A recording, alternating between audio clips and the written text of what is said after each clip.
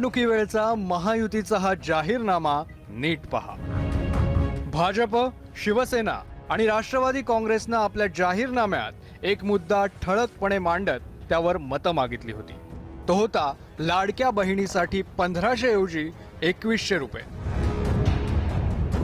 पण निवडणुकीच्या इतक्या महिन्यानंतरही याचा विसर महायुतीतल्या नेत्यांना पडलाय हे स्पष्ट होत आहे।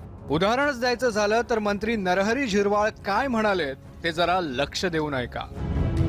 लाडक्या बहिणी नाराज आहे आपण सांगत असतो किंवा विरोधक सांगत असतात। बाकी लाडक्या बहिणी खुश आहेत हे एका बाजूने नाही तर सर्व बाजूने लाडक्या बहिणी खुश आहेत।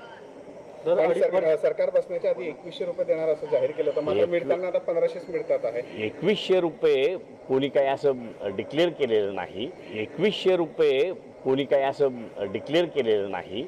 हे द्यावेत आधी तर विरोधकांनी हे 1500 देणारच नाहीत, यांच्याजवळ देण्याची ऐपतच नाही अशाच पद्धतीने सुरू केलं होतं। नंतर काय तर 2100 देणार आहे, 1500 दिले नाही ते 2100 कसे, पण 1500 दिल्यावर बाकी